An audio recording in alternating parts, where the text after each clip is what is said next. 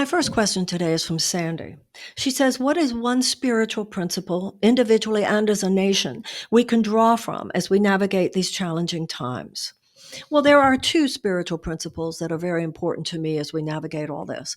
First of all, there is a universal spiritual theme that love always wins. The idea is that, as Martin Luther King would say, as you work towards justice, you have cosmic companionship, that there is an invisible force field that, whether you speak of it in secular or in religious and spiritual terms, it's like angels that have your back as you move in the direction of the good, the true, and the beautiful. You know, in the Jewish religion, in the Talmud, there is a saying that there is an angel bent over every blade of grass, whispering, "Grow, grow, grow."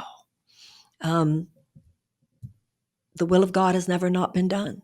That's the spiritual principle. Love will prevail. Now, the 3 days between the crucifixion and the resurrection, like the 40 years that the Israelites wandered in the desert, are symbolic representations of the time that it takes between the condition of injustice and lovelessness and the time in which love and justice once again prevail. And that's where free will come in. What is already spiritually coded into the universe, according to spiritual tradition, is that we will get there. But what those 3 days and 40 years represent is the message that how long that will take and how much suffering will have to come first is completely up to us. There's a line in the Course in Miracles that says, it is not up to you what you learn. It is merely up to you whether you learn through joy or through pain. And that takes us to the next spiritual principle, Sandy. And that has to do with the fact that we are on this earth to love each other. We are on this earth to love one another. We are on this earth, as it is said in the Jewish religion, tikkun olam, to repair the world. We need to evolve. We were talking earlier about how we need to evolve from an economic bottom line to a humanitarian bottom line.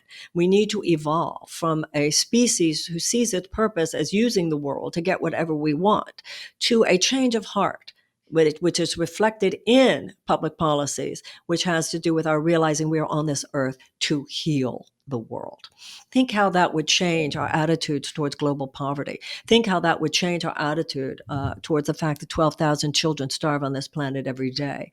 Think about how this would change our attitude towards climate change and environmental degradation. Think how this would change our attitude towards peace creation.